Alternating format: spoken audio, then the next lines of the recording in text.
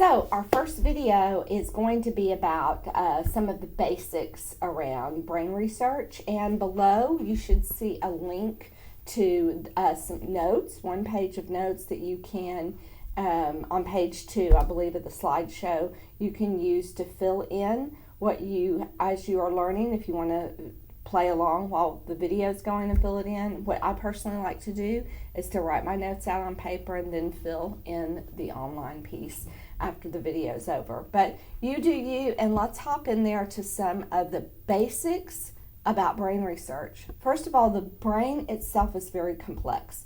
100 billion cells, 86 billion neurons, and 1 quadrillion. That's 1,000 trillion connections. And those connections are really what is most important, that we build more connections in a child or in ourselves in our brain.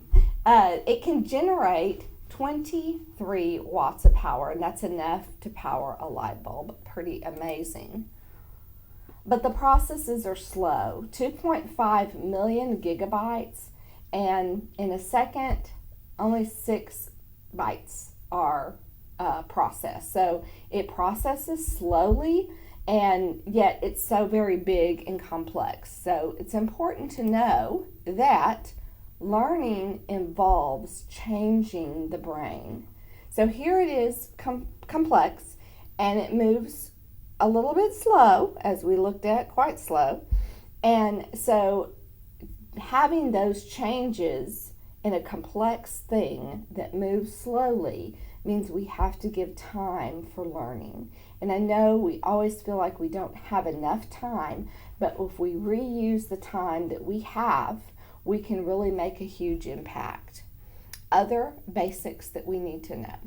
Well, I bet this one is not new to you. Adequate sleep, nutrition, and exercise encourage robust learning. We know that is a very big truth.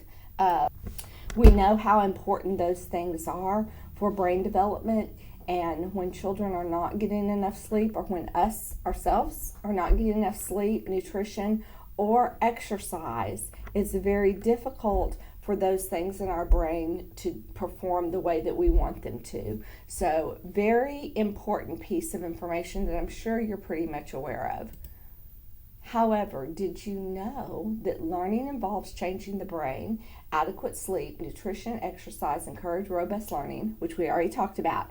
And moderate amounts of stress is beneficial for learning, while mild and extreme stress are detrimental to learning.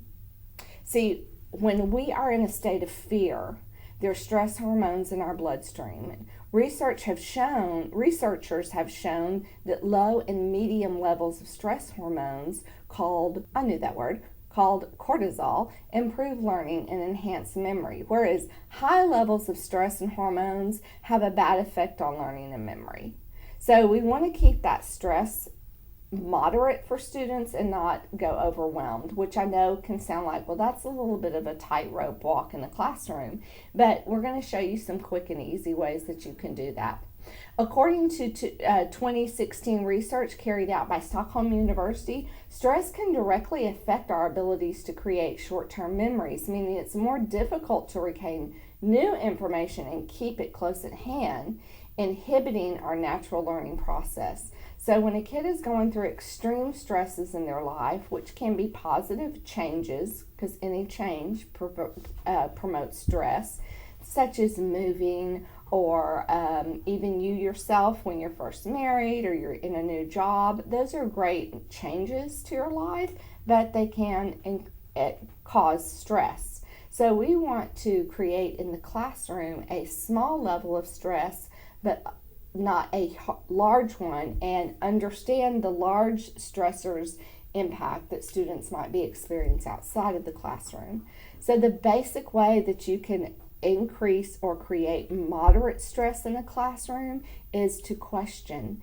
And we know how important inquiry is, but questioning students and teaching them to question and to be comfortable with questions and not to feel like that means that they're wrong or they did something bad is very, very important. It creates that level of stress that makes us want to know why. So, create your stresses in classroom only by using questioning and not extreme overload. I love the U curve that they're giving you here. You can see where the good place is, and the too much stress can go to a poor place for learning. But we need some of it for learning, and that is the importance of discourse in classrooms. So basically, we're going to wrap up this video. Learning involves changing the brain, which is both complex and slow to process. It also requires adequate sleep, nutrition, and exercise, which as educators we really can only encourage. We don't have a lot of control over that.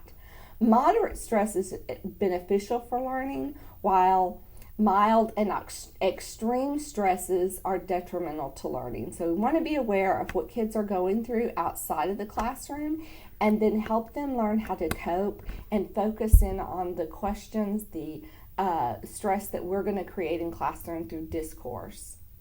Active learning takes advantage of that process that stimulates multiple neurons and connections in the brains and promotes memory. All of these things that we're discussing requires us to have active learning in our classroom. And when I say active learning, I mean that the student is required to do something.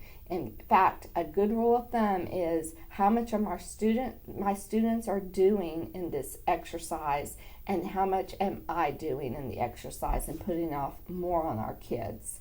That goes all the way back to the way our brain is made.